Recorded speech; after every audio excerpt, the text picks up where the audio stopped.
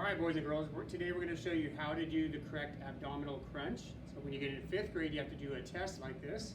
So when Coach points you in the correct position, you lie on your back, your knees are bent, your feet are flat on the ground.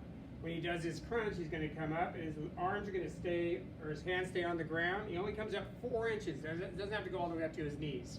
Okay, but what else is important? You have to go all the way back down, and then you come up whenever the cadence tells you to come up, which is like the timer. Okay, we'll get ready right now.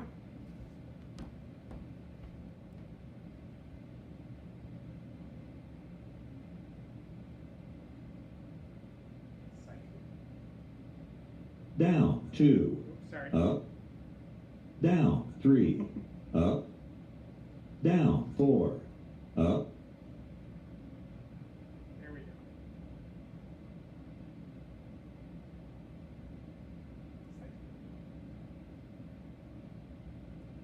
We'll begin the curl-ups now.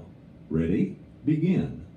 Up, down 1, up, down 2, up, down 3, up, down 4, up, down 5, up, down 6, up, down 7, up, down 8, up, down 9, up, down 10, up, down 11, up, down 12, up, down 13, up, down 14, up, down 15, up.